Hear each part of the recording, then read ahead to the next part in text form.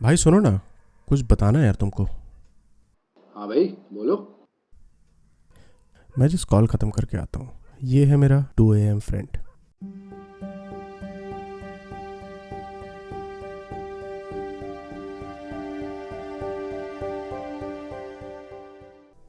Hello and welcome to the Saurabh Goswami show. ये episode बहुत special है क्योंकि ये एपिसोड है दोस्तों के बारे में। और ये वो दोस्त नहीं है जो आपके फेसबुक, इंस्टाग्राम या ट्विटर पे है, बट ये वो दोस्त हैं जो हमेशा अवेलेबल होते हैं, specially your 2 AM friend. 2 AM friends ना बहुत स्पेशल होते हैं।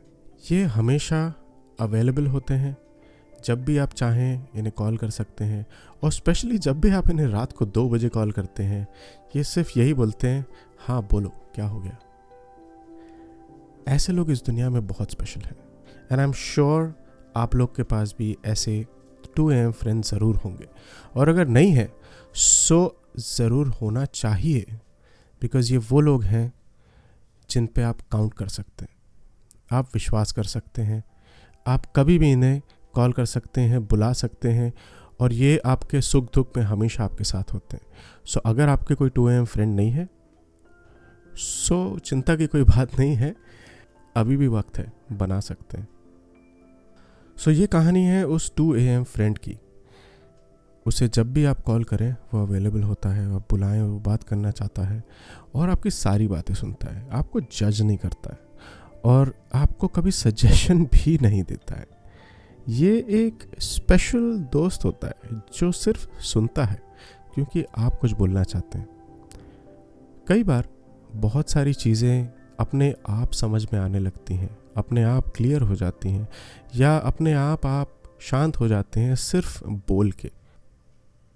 हम जो ह्यूमंस होते हैं ना, ये थोड़े यूनिक बीइंग्स हैं। हमें बोलना पसंद है, चाहे आप इंट्रोवर्ट हो या एक्सट्रोवर्ट हो, बोलना सबको पसंद है। और वही एक मीडियम है जिसके थ्रू आप अपनी भावनाओं को बाहर निकालते हो या अपने दिमाग के कॉम्प्लिकेशंस को सॉल्व करते हो। बिना बोले, बिना बात करे, ये बड़ा मुश्किल है। सो ये कहानी उस 2 AM फ्रेंड की है जिसको मैंने एक बार कॉल किया था और मैंने इसको बोला, यार मैं बहुत कंफ्यूज्ड हूँ लाइफ में, मुझे समझ नहीं आ रहा है मैं क्या करूँ, कुछ अच्छा नहीं हो रहा है। मैं जहाँ भी देखूँ हर जगह परेशानी है, कोई ना कोई डिफ़िकल्टी है, मैं बहुत परेशान हो चुका हूँ। सोच रहा हूँ सब छोड़ छाड़ के हरिद्वार चले जाऊँ या फिर सब छोड़ छाड़ के गोवा चले जाऊँ, कुछ तो ऐसा करूँ कि मैं इससे निजात पा सकूँ। मैं इस सिचुएशन से बाहर निकलना चाहता था। तो मैंने उसे कॉल किया और मैंने उसे कम से कम 2 से 3 घंटे तक सिर्फ यही रैंट दिया, यही कहानी सुनाई कि यार कुछ सही नहीं चल रहा है, मज़ा नहीं आ रहा है, कुछ करने का मन ही नहीं कर रहा है। और ये 3 घंटे बाद जब उसने फाइनली बोलने का मौका मिला तो उसने सिर्फ एक ही बात कही। उसने कहा, बस कर पगले, रुलाएगा क्या। और ये सुन के मुझे हंसी आ गई। मैं बोला, यार भाई इतनी सीरियस बात कर रहा हूँ और आप बोल रहे हो कि मैं रुलाऊंगा, मैं तो खुद ही रो रहा हूँ, मैं क्यों रुलाऊंगा किसी को। और फिर मैं अगले 10-15 मिनट तक फिर से लगा था। फाइनली 3 घंटे और 10 मिनट बात करने के बाद मेरा गला सूखा, मैं 1 गिलास पानी पीने के लिए रुका। और तब उसने जो कहा ना, वो मुझे आज तक याद है। तब उसने मुझसे कहा, देख भाई, सोचते ही रहोगे तो करोगे कब। तुम सोच बहुत रहे हो, जो करना है ना वो करो, सोचो मत। क्योंकि अगर सोचते ही रहोगे तो तुम अपने आप को रोकोगे, अपने आप को क्रिटिसाइज़ करोगे और अपने आप को आगे बढ़ने से खुद ही रोक लोगे। सो किया दिया कुछ नहीं, ग्लास फोड़ा 1000 रुपये का। ये वही बात हो गई कि आप अपनी सोच में ही इतना फंसते चले गए कि भाई जो एक्चुअली में करना चाहिए था वो आपने किया नहीं। और ये उसने इतने सरल शब्दों में कहा, सोचते ही रहोगे तो करोगे कब। और ये सीख इतनी बड़ी सीख थी मेरे लिए कि अब मैं सोचता कम हूँ और करता ज़्यादा। करने के बाद देखता हूँ कि क्या हुआ, बिकॉज अगर आप सोचते ही रहेंगे तो कर तो पाएंगे नहीं। लेकिन उस समय मैंने उसको बोला, यार क्या बात कर रहे हो, ऐसा थोड़ी होता है। और फिर मैं फिर से शुरू हो गया अगले 30 मिनट के लिए। वो सुनता रहा और 3.5-4 घंटे के बाद फाइनली जब फ़ोन की बैटरी ने कहा, बस कर पगले, रुलाएगा क्या, तब मुझे समझ आया सुबह के 5 बज चुके हैं, मेरी वाट लग गई है। वो वाइट पिल तो मैं लेने वाला हूँ नहीं, क्या करें, चलो वॉक पे जाते हैं। और तब मैं निकला वॉक पे। सुबह 5 बजे हल्की हल्की ठंड, धूप आई नहीं थी, चिड़िया भी सो के बस उठी थी और कुत्ते तो सो ही रहते हैं हमारी सोसाइटी के नीचे, उनको कोई फ़र्क नहीं पड़ा, कोई चल रहा है कोई कुछ कर रहा है। लेकिन वो जो मैंने वॉक की ना, वो वॉक में अचानक से दिमाग शांत हो गया, दिमाग खुल गया, और वो जितनी भी सारी चीज़ें थी, जो परेशानियां हो रही थी लाइफ में या कोई कन्फ्यूजन था, वो सारा ऐसा लगा कि गायब हो गया।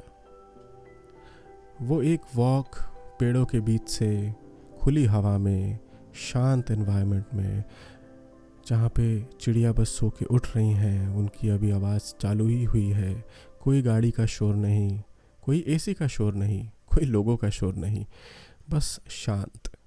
और दिमाग अपने आप शांत होते चले गया। मुझे नींद नहीं आई, लेकिन मेरी नींद और खुल गई, मेरा दिमाग खुल गया।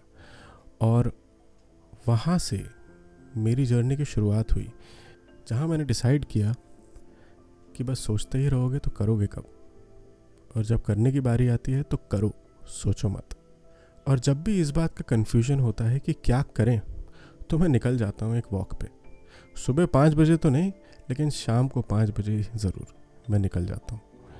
और वो वॉक जो होती है ना, वो बहुत ही ज़रूरी है।